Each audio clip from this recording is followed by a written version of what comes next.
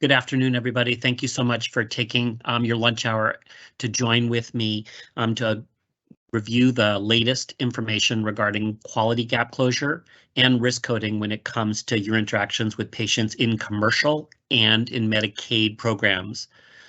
Remember again that Steward and CareMax have entered into an agreement, and CareMax is now the provider for Medicare value-based products. But Steward Healthcare Network continues to oversee and is responsible for the payer contracts that we have with regard to commercial and Medicaid. And so this is a review of what's new and what is expected in regard to performance for 2023. As always, this is a CME accredited program. Please designate as much activity as you actually perform. So if you spend an hour with us, you can absolutely claim 1 hour of CME credit, and you will get some information after this regarding the time that you've spent and an attestation and a certificate for yourself. A couple of quick housekeeping items. Number one, please note that, again, this is a presentation, and again, we will be sending these slides out afterwards. There right now is an updated link, which you should be using, which was sent out later this morning. We had some technical difficulties this morning, but hopefully all of you can hear me. Hopefully all of you can see this. Finally, there is a Q&A button in the top right-hand side of the screen. It's about 3 over from the left. And when you click on that, you can enter into a question if you have one, and we'll answer those questions as we basically finish up our presentation. This is a quick agenda for this morning. We'll go over really in the commercial and Medicaid quality gap closures with regard to chronic care management, cancer screenings, immunizations, well care, and certain other measures. We'll talk about our performance plan for 2023, and then we'll talk about risk adjustment factor, risk coding, and performance in that domain as well. Finally, there'll be an open question and answer session, during which time we'll take all those questions that you send in. Kelsey will read them out to me, and I will basically answer them. And again, if I can't answer them, we will basically get the answers for you. Again, today speaks to the slide that you'll be seeing, speak to the quality measures that are present in the National Quality Measure Program. Your regional team can let you know of specific measures with regard to very specific contracts in your own area.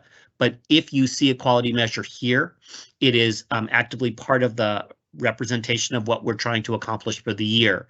If something changes, obviously we'll make sure that you have an alternative measure, but know that what you're hearing about and seeing today represents the quality measures that are in place as of today.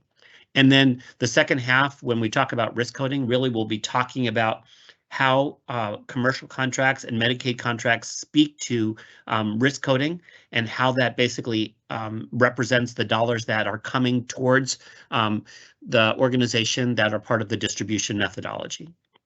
So let me move forward and just talk about some of the people that are with me today. I'm joined by Ginny Rico, who's our Vice President of Quality at Steward Healthcare Network. I'm also joined by Jess Blackburn, who's our Executive Director of National Performance Operations, by Joanne Zama, who's our National Senior Director of Government Quality Programs, by Kim Moody, who's our National Director for Process Improvement, Dina Post, who's our Manager of Risk Coding, and also by Kelsey Reed. So let's go ahead and start by talking about chronic care management measures. And here we're talking about specifically those programs which look at measuring and monitoring patients who have chronic diseases. In the upper left hand, you'll see that there are routine lab work and things that need to be done for patients with diabetes. And we'll talk about this on our next slide when it comes to hemoglobin A1C and kidney health. Secondly, there are annual screenings that are required for patients with diabetes. And again, this includes an annual diabetic eye exam for every patient who has diabetes going forward. And then medication management for those patients who have chronic diseases, asthma, cardiovascular disease, diabetes, and hypertension. And again, you'll see that the payers are paying particular attention to making sure that patients with chronic disease are managed very well and very aggressively to try and prevent significant end organ disease from occurring as a result of these diseases. Next slide. This is the slide that basically speaks to the care that you need to provide to diabetics. So if you have a patient that is a diabetic and has been coded as a diabetic in the past, or if you're coding them as a diabetic this year, even if it's E11.9, you need to be doing these 5 things for every diabetic in order to meet the quality criteria for managing patients with diabetes. Even if that's a diabetic who has been very well controlled on just diet and exercise, is on no medication, has no complications, these 5 things are all required to ensure that you meet the standards. So what are these 5 things? So number 1, every patient should have a hemoglobin A1C at least annually, and that hemoglobin A1C should be below 8.0. Any patient aged 18 to 75 who you manage from January 1st of 2023 through December 31st should have a hemoglobin A1C, and a CPT code should be entered in to make sure that it reflects whether or not that hemoglobin A1C is controlled. Many programs represent that hemoglobin A1Cs should be checked at least biannually, but for the commercial payers that we're talking about, you need at least 1 hemoglobin A1C of less than 8. Now, if your first hemoglobin A1C is 9, you need a second hemoglobin A1C after you improve the treatment program that you have for that patient to ensure that, again, that hemoglobin A1C gets below 8.0. Secondly, you need a blood pressure that is well controlled. And again, any diabetic aged 18 to 75 that you see from January 1st through December 31st needs a systolic blood pressure of 139 or less, or a diastolic blood pressure of 89 or less. It needs to be entered into a structured field, not into your note, but into a structured field within the vital signs section. And again, it needs to be measured there as, again, less than 139 over 89 going forward. Many people believe that diabetics should have blood pressures of less than 130 over 80 or 130 over 85. But in the commercial payers that we're talking about, 139 over 89 or less will suffice. The third requirement for diabetics is an annual diabetic eye exam. Every diabetic aged 18 to 75 that you see should have an annual dilated eye exam that is present and performed by an eye care professional. Again, if a patient has a negative eye exam 1 year, in most quality programs, that will suffice for the following year. So a negative eye exam for 1 year gives you a 1-year grace period. But if you have retinopathy, if you've had significant laser photocoagulation therapy, that patient requires an annual diabetic eye exam. And again, it needs to be coded by the ophthalmologist or optometrist to meet criteria. And again, any diabetic that you see aged 18 to 75, even if they're well controlled, needs to have this on an annual or biannual basis if their prior eye exam has been negative. Fourth, again, diabetes, unfortunately, is one of the leading causes of end-stage renal disease and chronic kidney disease. 20 to 40% of diabetics will develop chronic kidney disease as a result of their diabetes. And as such, every diabetic requires 2 forms of function evaluation for their diabetes and for their kidney function. Number 1, they need a BUN and creatinine or a basic metabolic profile, and they need a urine specimen that measures both urine creatinine and urine microalbumin and creates a urine albumin to creatinine ratio. Both of these are required for kidney health evaluation for diabetes. And again, every diabetic age 18 to 75 should have that test annually. And again, both tests of a basic metabolic profile and a urine creatinine or a urine microalbumin to creatinine ratio. Quest has combined this into one test, but many lab providers still require 2 different entries into the lab function to be able to get both tests ordered. And finally, every diabetic should have an annual statin prescription. So every diabetic who's age 18 to 75, who's a candidate should receive the statin therapy. And if they are getting a statin, they should have enough refills to make sure that they have medication for at least 80% of the year. So give them a prescription with 90 tablets with 4 refills to ensure that they'll meet this criteria. Again, these 5 things are required for every diabetic in order to meet the quality goals that we have set for diabetics. An annual hemoglobin A1C of less than 8.0, blood pressure of less than 139 over 89 entered into a structured field, an annual diabetic eye exam or biannual exam if the prior exam is negative, a BUN and creatinine as well as a urine creatinine to microalbumin ratio, and a prescription for a statin. So if you're seeing a diabetic and you're coding for diabetes, make sure that you do these 5 things to ensure that you're in compliance. On the next slide, you'll see a little bit more information about diabetes and kidney health evaluation. Again, the take-home message here again is just how prevalent diabetes is in terms of causing chronic kidney disease and how it leads to dialysis in a significant number of patients. And again, the requirement now is not just a urine microalbumin, but a BUN and creatinine as well as a urine albumin to creatinine ratio.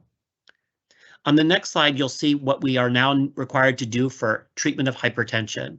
And again, here, every blood pressure that you enter into the record needs to be entered into a structured field. That's the first most important thing.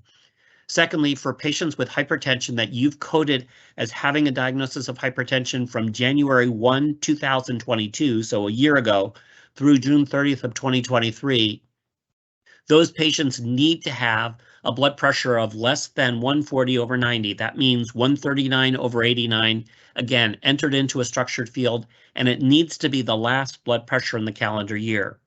So if you're seeing Mr. X today and they have high blood pressure, and you've entered in a blood pressure of 130/80, but you see them again in December and it's 170/100, you will not get credit for control of high blood pressure unless a follow-up blood pressure after that subsequent visit again shows the blood pressure to be in good control. This does give the opportunity to make sure that if a patient needs a treatment adjustment, that has been done. But again, it's very important that every hypertensive patient who you've coded for having hypertension from January 1 of 2022 has a blood pressure of less than 140/90 entered into a structured field. Again, if you retake the blood pressure and you put it into your physical exam, it will not get credit for being compliant. It needs to be entered into the vital signs section, and it needs to be in a structured field. There are several exclusions, again, patients in hospice, patients who have end-stage renal disease, patients who are very frail or taking dementia medications, but most patients who have hypertension will require this metric in order to meet the quality measure. On the next slide, we'll start to talk about cancer screenings. And again, we're talking about 3 different types of cancer screenings: breast cancer, colorectal cancer, and cervical cancer. But be on the lookout for the fact that lung cancer screening with low-dose CT scanning is coming for those patients that have been exposed to tobacco in the past. And many patients will be able to have their cancers detected early on in the course of their disease if you order that test. But for today, again, we're talking about breast cancer, colorectal cancer, and cervical cancer screening. There's certain things that we should all be doing. Again, when you make a recommendation, make sure that you engage your team in supporting and following that policy, and be persistent with reminders. You may need to remind your patients several times before they follow through, especially with colonoscopies and colorectal cancer screening. Patients have an aversion to actually performing this and oftentimes need to be reminded 3-4 times before they actually get it done. And then keep track of your progress. It's very important to see screening rates improve. And again, it's very important to make sure that we screen patients effectively and that we do a good job of ensuring that patients actually get those screening tests performed. On the next slide, you'll see the actual quality measures, again, depicted for all 3 of these. So for breast cancer screening, we're talking about screening women aged 52 to 74 from October 1st of 2021 through December 31st of 2023. And here, the test is required is a mammogram. Every patient should receive a mammogram unless they've had a bilateral mastectomy. Again, some people screen women earlier on in life, ages 45 to 75. Some people screen later, up to age 80. But the requirement for our commercial payers and for Medicaid is for women aged 52 to 74 to have this test performed. The second cancer screening is that of colorectal cancer screening. And again, here I urge you to understand that the age has actually gotten younger. We have seen a significant increase in the development of colon cancer early on in life, and many people in their 40s, unfortunately, are developing colon cancer, probably as a result of Western diets. So now colon cancer is recommended from ages 45 to 75. And again, There are multiple different ways that you can obtain colon cancer screening and meet the quality gap criteria. The first is just by doing a fecal occult blood test, which is negative. It can be done in the office as part of a rectal exam, or it can be sent home as part of a FIT kit. Secondly, flexible fiber optic sigmoidoscopy meets the criteria as long as it's done within 5 years of actually 2023. So from 2019 through 2023, a flexible fiber optic sigmoidoscopy that's negative will meet criteria for colorectal cancer. Third, a colonoscopy. A colonoscopy obviously is the most thorough and most invasive form of colorectal cancer screening. Again, if you've had a negative colonoscopy, it's good for 10 years in terms of meeting the criteria. So a negative colonoscopy from 2014 through 2023 meets criteria going forward. Fourth, CT colonography. Again, moderately invasive, requiring some preparation. But again, this is a test that's good for 5 years. So a CT colonography from 2019 through 2021, again, meets criteria. And finally, stool DNA with a FIT test, such as Cologuard, is good for 3 years if the test has been negative and has been performed. So again, a Cologuard that's negative from 2021, 2022, or 2023 satisfies the criteria for colorectal cancer screening. Now, again, there are multiple exclusions here: a prior total colectomy, patient in hospice, patients who are extremely frail. But again, most patients age 45 and older should have colorectal screening, colorectal cancer screening performed. And again, it can be through any one of these measures. Flexible fiber optic sigmoidoscopy is good for 5 years. Colonoscopy is good for 10 years. CT colonography is good for 5 years. Stool DNA testing with Cologuard is good for 3 years. And a FIT kit or occult blood test is good for 1 year only. The last form of cancer screening that I want to talk about is cervical cancer screening. Here again, the population begins at age 24 through age 64. And again, this is recommended for a 3-year duration. So if a patient has had a negative cervical cytology between 2021 and 2023, they meet the criteria. Most programs are performing HPV testing as part of this, but again, the real criteria here is cervical cytology. Again, once it's been performed, it's good for 3 years. Again, any patient who's had a hysterectomy with no residual cervix is excluded from the criteria, and obviously any patient in hospice or receiving palliative care would also be excluded as well. So these are the quality measures for cancer screening, again, in breast, colorectal, and cervical cancer. So let's move on and talk a little bit about immunization. This predominantly has to do with pediatrics, family medicine, but also measures into adult practice as well. On the next slide, you'll see the recommendations for immunizations. So again, every patient, children and adults, should have a flu vaccine in the last 6 months of the year. And many of our quality programs actually measure performance here as part of the quality metrics. For children, by age 2, they should have a significant number of vaccines. And again, they should have had 4 Tdaps, 3 infant polio vaccines, 1 MMR, 3 Haemophilus B vaccines, 3 hepatitis B vaccines, 1 chickenpox or varicella zoster virus vaccine, 4 pneumococcal vaccines, 1 hepatitis A, 2 or 3 rotaviruses, and again, the 2 seasonal flu vaccines that I just mentioned. And adolescents by age 13 should have 1 additional Tdap, 2 or 3 vaccines as part of the human papillomavirus vaccine, and 1 meningococcal vaccine.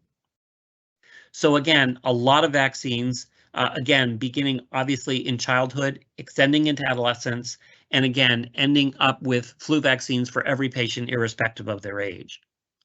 Secondly, well care visits are becoming increasingly important. Every child who is 15 months of age or less should be having a well care visit on a regular basis, with 6 well care visits in place by the time they get to 15 months of age. They should then have 2 well visits between ages 15 and 30 months, and then 1 annual well visit beginning at age 3 going on to age 21 for a routine physical at that point in time. Certain payers actually pay for annual exams, as part of their routine coverage. And again, we think that those are great times to evaluate patients, to see those patients and perform quality gap closure, and also to make sure that risk coding is performed as well. We're going to talk on the next slide about developmental screening. As you can see, many of our quality programs now have requirements for developmental screening in the first 3 years of life, looking for developmental delays, autism, or other forms of developmental abnormalities. Every patient who turns ages 1, 2, or 3 should have a screening tool that is met criteria to develop whether or not a patient has a developmental delay. And again, the screening should be for the risk of developmental, behavioral, or social delays using a standardized tool, and again, preceding their first, second, or third birthday. On the next slide, you'll actually also see information regarding topical fluoride administration.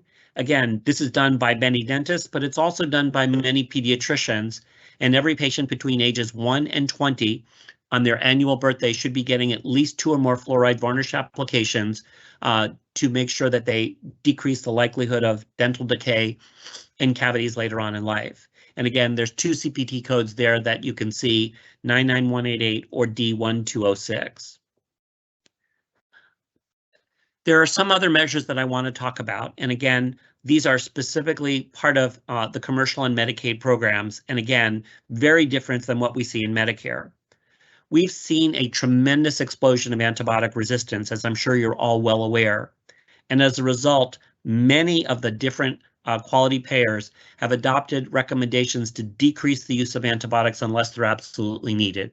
So number one, if you code a patient for pharyngitis, you need to do a strep test if you're going to if you're going to prescribe antibiotics, and that strep test needs to be done and received within 3 days of diagnosis. And if the strep test is negative, the expectation is the antibiotics will be discontinued. If you do diagnose a patient with pharyngitis, you want to make sure that you're actually performing a strep test at the same time, and you're not performing, you're not prescribing an antibiotic unless you actually have performed that strep test and gotten that result back. Many of you use rapid strep assays, which give you the information immediately.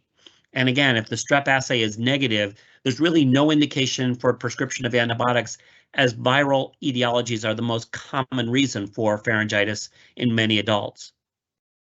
Secondly, you want to avoid the use of antibiotics for upper respiratory infections.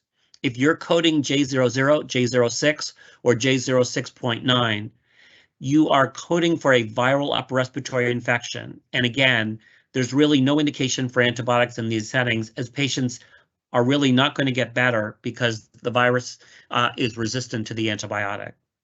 And third, unless there's a compelling reason for the use of an antibiotic in acute bronchitis, most payers are strongly recommending the avoidance of antibiotics for treatment of bronchitis, as again, it's viral in etiology and very unlikely to shorten the course of the disease or improve the outcome. So again, all payers are looking to decrease the use of antibiotics inappropriately. And if you're treating pharyngitis, upper respiratory infections, or bronchitis, think twice before you use antibiotics in those settings. Next slide. 2 other important things that are happening now are perinatal preventive care in terms of both a prenatal visit in the first trimester and a postpartum care visit after delivery. You would think that this is the province of an obstetrician or gynecologist, but many women actually get their prenatal care, especially in the first trimester, with their primary care doctor. And again, it should be documented if you're seeing a patient for a prenatal visit within that first trimester. In addition, every patient who has had a delivery should be seen between 7 and 84 days after delivery. And again, you would think that most of the time that that's being done by the OBGYN, but unfortunately, especially in some of our payers, we're seeing a lot of this care being done by primary care doctors, family medicine providers, or internists. On the next slide, you'll actually see some of the information regarding postpartum care. Again, if you've had a delivery between 7 and 84 days before, you can basically code for a postpartum care visit. Your documentation must include at least one of the following: a pelvic exam, recording of the weight, blood pressure, breast and abdominal exam, notation of the fact that it's a postpartum visit, a wound check, screening for depression, anxiety, tobacco use, substance abuse, or pre-existing mental health disorders, glucose screening if the patient was a gestational diabetic, or documentation of infant care, breastfeeding, family planning, sleep cycle, or resumption of physical activity. And again, any patient who's in hospice or using hospice services obviously would not meet the criteria here and would be excluded. On the next slide, I want to just talk a little bit about patient experience. Many of us can argue about whether or not patient experience is truly a quality metric, but in the eyes of all the payers, in every single contract we have, patient experience is considered an important quality metric. It is the voice of the patient that is speaking to us about whether or not they believe that the visit had everything in it that it needed. We've been focusing specifically on 3 areas. Number 1, how well staff works together, how well your receptionist, your medical assistant, your individuals within your office all work together and communicate information. Secondly, whether or not the provider showed concern for the patient, whether or not they showed empathy, compassion, respect, whether they listened, whether they acknowledged the things that were going on in your life, and specifically whether or not they answered questions. And third, the provider's explanation of the problem, how well you collaborated and explained what was going on to the patient, and whether or not you used teach-back techniques or shared decision-making in order to make sure that the patient truly understood what was going on. The experience measures are listed at the top, but include communication with the clinician, integration of care, knowledge of the patient, access to care, overall care delivery, and patient-centered coordination. But know that every patient is likely to be getting a survey when they leave your office, and when they complete that survey, they're going to be asked these questions: how well the staff work together, whether or not the provider showed compassion for them. And again, these are things that we are all working to improve on as providers and patients come to the realization that patients are grading us on how well we do in these measures. Next slide. Behavioral health continues to be an important area of opportunity in terms of quality care. As we've talked about on other calls, every patient age 12 and older should be screened for depression on an annual basis with a PHQ-2 or a PHQ-9. It's 2 questions. It can be done by your medical assistant, and again, it can be shared by you when you come into the room. But in addition, there needs to be evaluation of whether or not the patient's antidepressive medications are effective. And when the patient has been seen in the emergency room or in inpatient status, they should be seen within 7 days to make sure that they're doing well and that their mental illness or problems have been addressed. Substance abuse continues to be a significant problem. Last year, over 100,000 individuals in the United States died from fentanyl alone, and we are seeing a significant increase in the number of people using alcohol and substance abuse. So a substance abuse assessment is important, and engaging in alcohol or other drug abuse dependence treatment continues to be very, very important. Finally, it's extremely important to see patients when necessary to avoid emergency room visits. This can be done using telehealth or in person, but again, we want to try and keep patients out of the emergency departments, especially what we're seeing lately with emergency rooms being overwhelmed with COVID, upper respiratory infections, flu, respiratory syncytial virus, and other things. The wait times in EDs continues to be incredible, and many of these patients can be seen hopefully by you or your offices, avoiding an ED visit and making sure patients get the right care. And again, we've been working very hard to decrease readmissions over the last 2 years, again, predominantly by getting providers to see patients within 3 days after their discharge from an inpatient status. On the next slide, we'll talk a little bit about the performance plan and the people that will be working with you. Many of you have seen our performance liaisons. These are individuals who come into your practice, look at your charts, try and make a determination about what quality gaps or risk codes need to be evaluated, and are working with you to try and again optimize improvement in terms of documentation. We also have PAs or performance administrators who reach out to patients and schedule patients to make sure that they are seen within your practice. Many of you have worked with Joe August or other medical directors who again will provide clinical measure spotlight and work with providers to make sure that they're getting the performance that they need to. Many of you have been invited to our board meetings, chapter meetings, pod meetings, or monthly practice meetings. And again, we'll continue that in 2023. And then our risk coders continue to perform daily claim audits. Every one of you should have had a risk code evaluate your charts at least once a year to make sure that your charts are being coded effectively and properly. And then the performance team, again, providing these evaluations for you. And again, hopefully these have been effective and will continue to be effective going forward. Next slide. So let's move on from quality to risk adjustment. So many of you have basically been confused in the past by what is exactly risk adjustment. This is not like risk, risk in the hospital. This is risk adjustment, and this is a financial offset that recognizes that higher costs are needed to care for some patients with certain conditions. Many people see this as leveling the playing field in risk-based contracts when you have a budget and you have to perform against that budget. But risk adjustment requires a complete and accurate reporting of patient data with documentation to support that. And every calendar year, and as we've just passed January 1st, starting now, you need to go back and reevaluate every patient that you see to document those conditions that are in place so payers can recognize that the individual still has that condition. Capturing this chronic condition on a yearly basis also identifies those patients that qualify for chronic care management and for other programs that will help them to do better going forward. Next slide. This slide is giving you a hypothetical picture of a patient who has multiple chronic conditions and what risk coding looks like depending upon how many of those conditions are coded.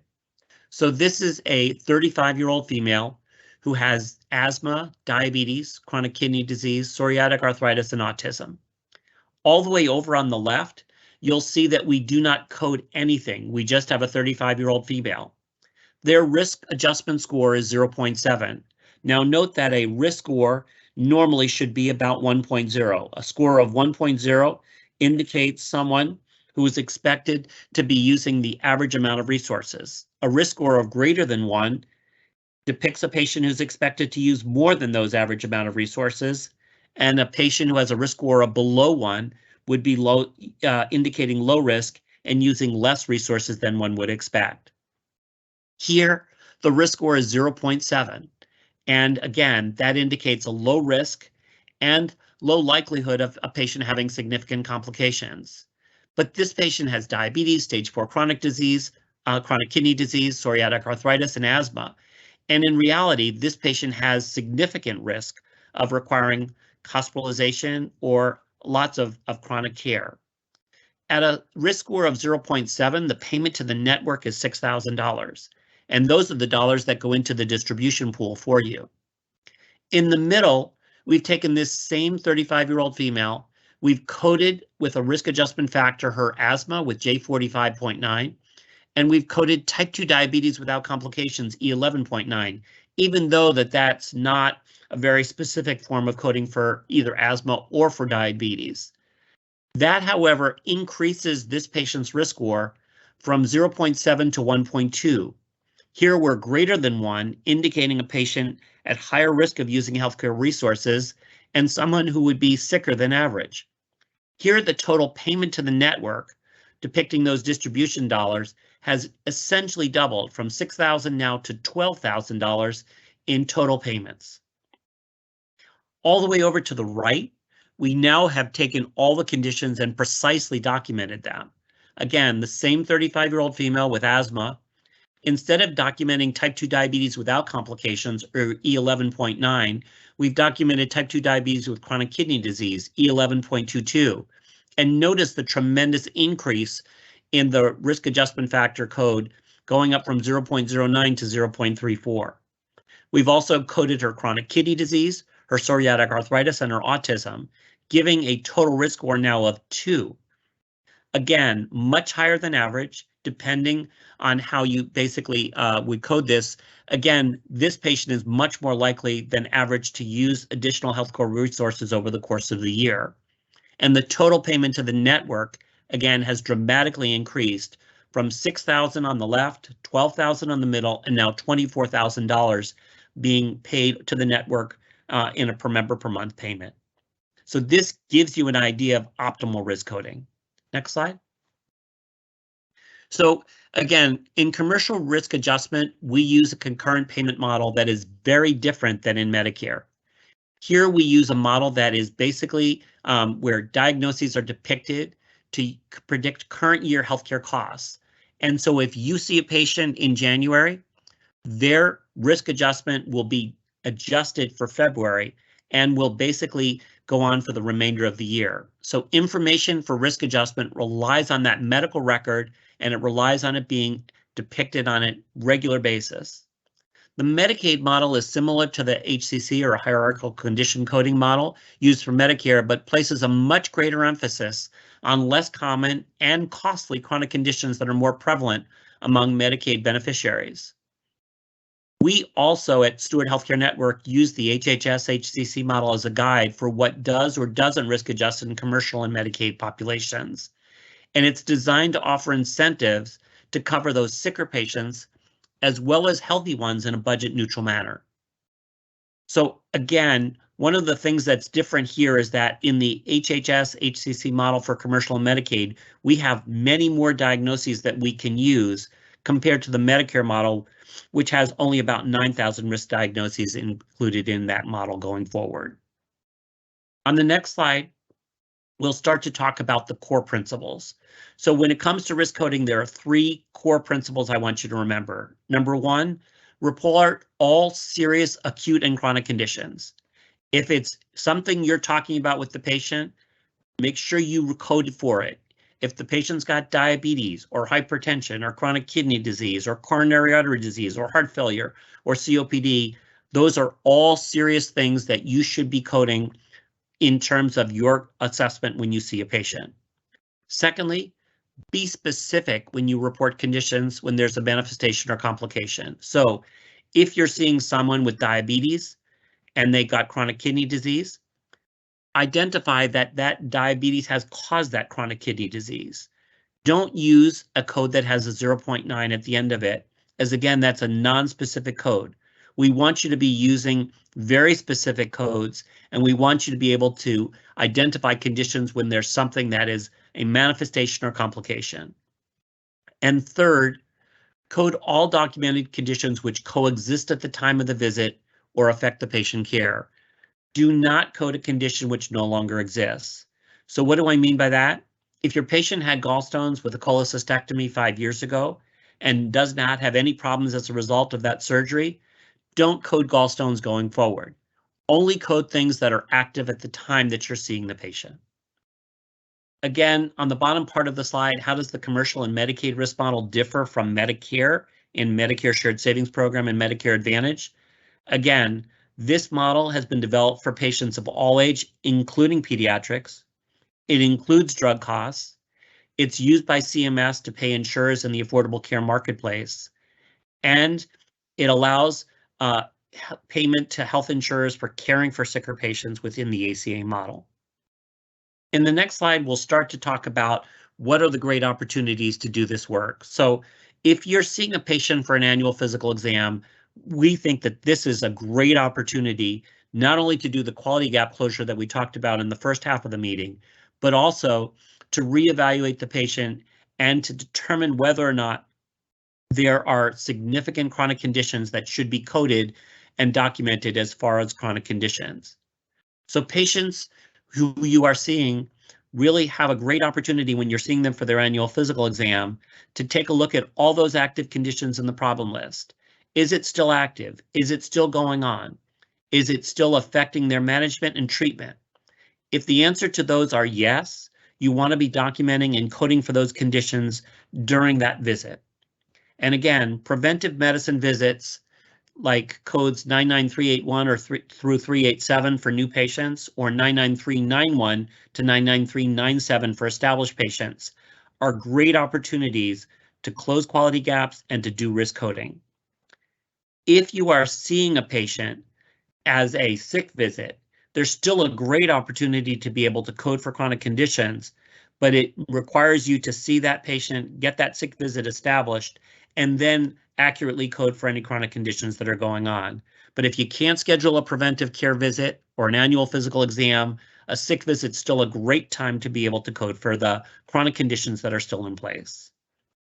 On the next slide, you'll see some of the common diagnoses that are seen within the commercial and Medicaid risk adjustment, but are not seen in Medicare. So alcohol abuse, anorexia or bulimia, asthma, autistic disorders, pervasive developmental disorders, cerebral aneurysm, congenital disorders and malformations such as Down syndrome, meningitis, narcolepsy and cataplexy, or presence of a heart assist device and artificial heart.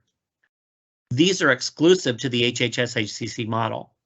And on the next slide, sorry, Joanne, on the next slide, you'll see these are common conditions that overlap with the CMS model, and again, are present in both the commercial and Medicaid risk adjustment systems, as well as the Medicare and Medicare Advantage model. And again, bipolar disorder, cancers of all types, heart failure, chronic kidney disease, Crohn's disease and ulcerative colitis, COPD, deep venous thrombosis and pulmonary emboli, diabetes, multiple sclerosis, and rheumatoid arthritis.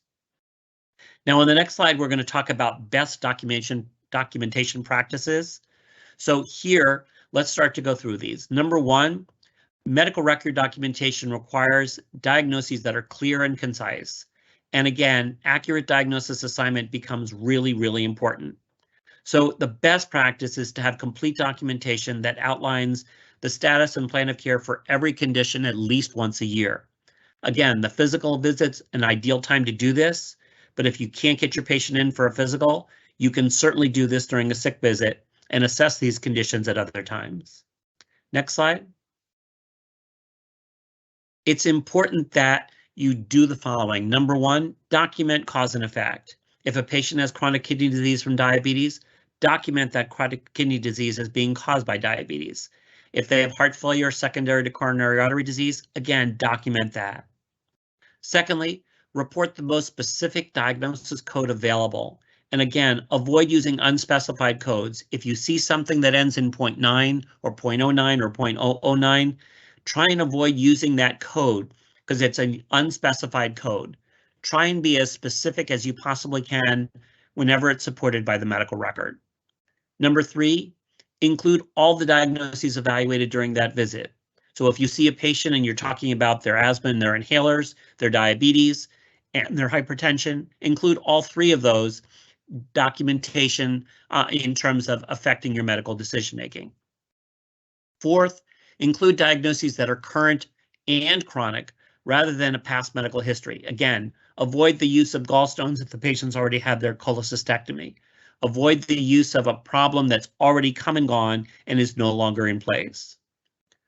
Fifth, ensure the diagnoses reported are accurate and supported by documentation. If you don't talk about a diagnosis in your history and physical, in your past medical history, if there's not a medication being prescribed for it, don't document it because unfortunately there's not enough documentation to support it. And finally, if you don't document a diagnosis, don't assign a code for it.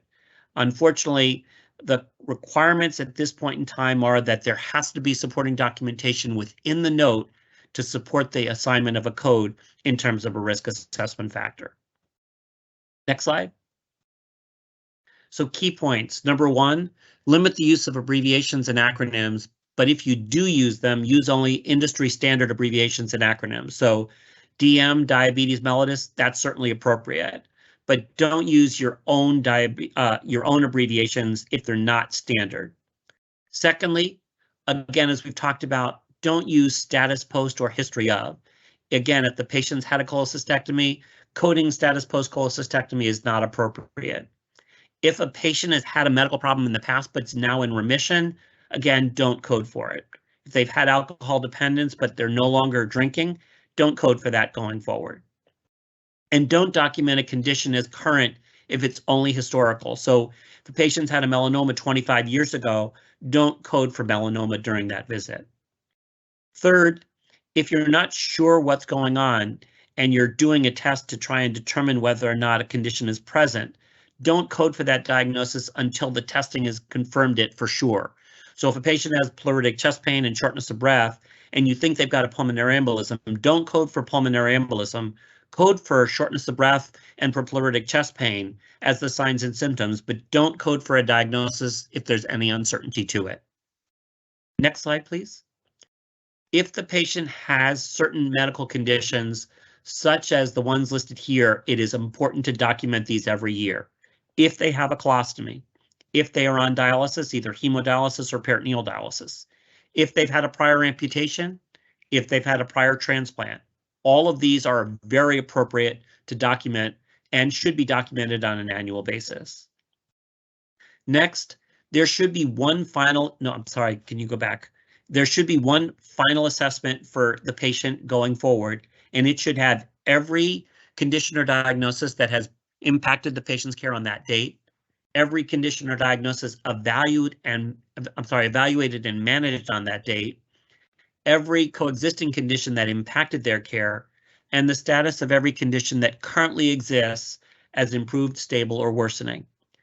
If you have these, you're doing a great job in terms of documenting that plan, and it will really help our coders when we try and achieve a risk adjustment factor for that patient going forward.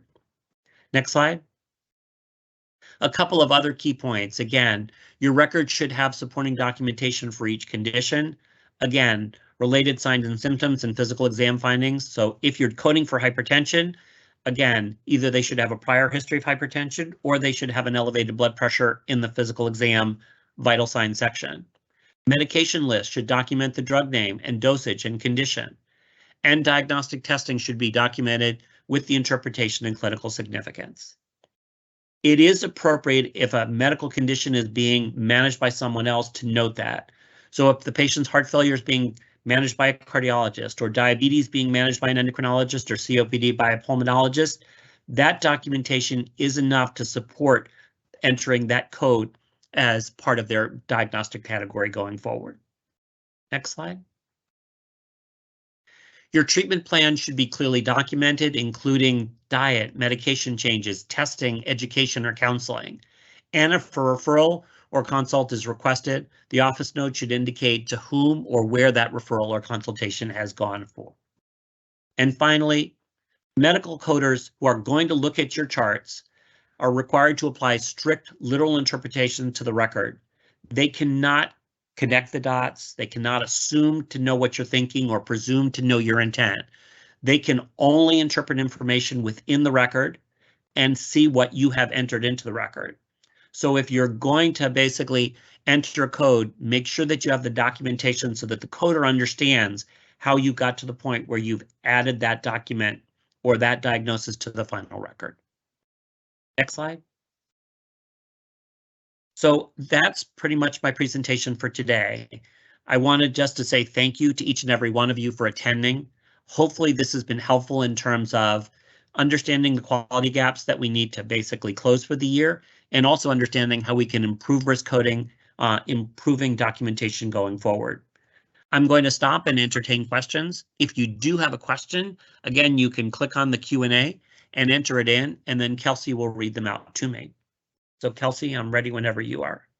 Sure. Yeah, we have a few in. I just want to remind everybody or announce to everybody that we're going to do a master Q&A document with all the questions and answers from all 3 sessions today. So if anything gets missed, we'll catch it in that document. And if we get anything last minute, we'll be able to answer. So just to start the first question, Dr. Weinstein, can you remind folks how to get SMG and CME credit for this? So if you have been signed on today, you will get an email.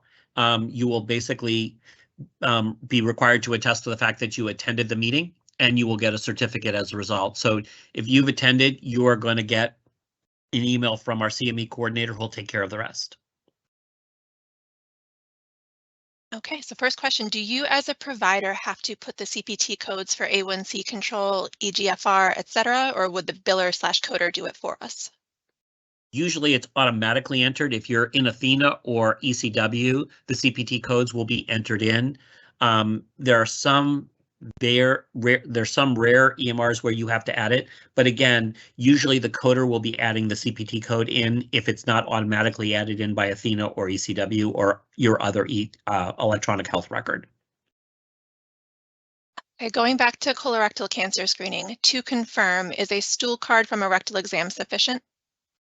A stool card from a rectal exam, as long as it's negative, is sufficient for 1 year only. So you'll have to do that next year again if you're doing a stool card. But yes, a stool card from a rectal exam is sufficient, confirmed. Excellent. When A1C is checked, should we wait at least a month or more to see an improvement before we recheck? So my recommendation is if you have an elevated A1C and you're instituting something to try and get that down, I actually recommend waiting at least 6 weeks and preferably 3 months before rechecking. The hemoglobin A1C measures the sugar associated with the hemoglobin molecule. And again, red cells have an average lifespan of about 3 months. So you're going to see the best results in terms of improvement in 3 months. But if it's elevated in November and you've got to do it again, wait as long as you can, preferably at least 6 weeks before you check it again. Okay, so next we have 2 comments in regards to patient experience. They're very similar comments suggesting that patients who don't get what they want, especially antibiotics, talking about that earlier, how do we address that? Who advocates for the provider when we've got scores coming in that might not reflect the what's appropriate clinically? So there are going to be patients who are not happy. Some of them are seeking medication, some of it's pain medication, some of it's antibiotics, and some of them are going to be unhappy with the results. Again, that's part of, I think, practicing medicine in 2023. We can't give every patient everything that they ask for. We do advocate for you. And again, I think it's important to document in the record that the patient requested an antibiotic or a narcotic, and we were unable to provide that at this point in time based upon testing or need. And again, we do our very best to advocate for you. Can we talk about what type of documentation is appropriate for patients who refuse standard of care orders such as mammograms, colon cancer screenings, et cetera? So in terms of documentation, I think part of this is medical malpractice risk prevention, but I think it's very important if a patient absolutely refuses to perform either breast cancer screening, colorectal cancer screening, or cervical cancer screening, you document that in your record. If they truly absolutely refuse on a repetitive basis, your documentation is the best way to protect you, not only against quality measure performance issues, but also against medical malpractice issues down the road. You certainly can ask them to sign an AMA form documenting their refusal to have a mammogram or a colonoscopy or a pap smear. Many times they're a little bit reluctant, and sometimes you're reluctant to do that, not wanting to make things worse. But documenting in the record that the patient has been refused, and if you can get someone to witness that documentation, that's even better. But you need to document it in the medical record to protect yourself, both in terms of quality issues as well as in terms of medical malpractice. I will say that we do expect some patients to refuse, and we don't ever expect a 100% quality score, but we do try very, very hard to do the best we can. I think colonoscopy has been the hardest, or colorectal cancer screening has been the hardest. Many patients are very reluctant to basically have anything to do with either colonoscopy, colonography, flexible sigmoidoscopy, or even, stool occult blood testing. But we do think it's extremely important. And there have been many high-profile people that have passed away from colorectal cancer, just in the last year or so. And again, the disease is becoming more apparent at younger ages. So we're still working hard to do this, but please document in the record if the patient refuses. Okay. Do we code cancers that have been treated and are in remission? So if the cancer is no longer being monitored for or being treated, I would say don't code for that cancer. But if you're obviously, if the colon cancer is, 6 months ago, and basically you're still continuing to monitor for any recurrence by getting recurrent CT scans or CEAs, then that's something you can continue to code for. If a patient has, for example, alcohol abuse in remission, and you ask about their current alcohol intake and document that, and they're currently not abusing alcohol, should you or should you not include that in your assessment and plan? You should not include that in your assessment if they have a history of alcohol use, which is currently in remission. Does risk adjustment affect RVU values? No, risk adjustment does not affect RVU values. You're getting an RVU based upon your visit and the way you code the visit. So there's a certain number of RVUs for a level 3 visit, level 4 visit, or level 5 visit. Risk adjustment factor has nothing to do with RVUs. A couple notes here just asking if the session will be recorded or if we'll have slides. Yes, we will. Somebody notes that HMA had difficulty signing in, so we'll follow up. I apologize for this morning. The fact that, at 8 a.m. this morning, we did this. We were not able to get everybody on, and I'm still not sure exactly what happened. We think we fixed the problem, and hopefully everyone is on now. There'll be another call tonight at 6. And again, we're hoping to get everybody on. The deck will be provided. I'm still a little unsure about whether or not we'll actually have a live session a recorded session, or whether just the audio will be available, but we'll make sure we get as much out as we can. We will have a recording of this session, one of the 3 sessions, Dr. Weinstein. Thank you, Joanne. Okay, a couple about pediatrics. The measure for immunizations, can we clarify, is it just commercial or does that include Medicaid? It includes Medicaid as well. I'm just going to read this one out. Some of the pediatric measures regarding well care and immunizations only apply to Medicaid patients. Could you please clarify if that changed or is that the same? I will get you additional information on that. I have to be honest, I'm not entirely certain I know the answer exactly the way it should, so I will get it for you. Excellent. That's it at this time. All right, we're going to give everyone back 4 minutes so that they can get to the bathroom before they start seeing patients for the afternoon or get a drink. Thank you so much for taking time out of your day to attend, and thank you so much for your continued devotion to taking care of patients and high quality healthcare. Have a great day, everyone. Thank you so much.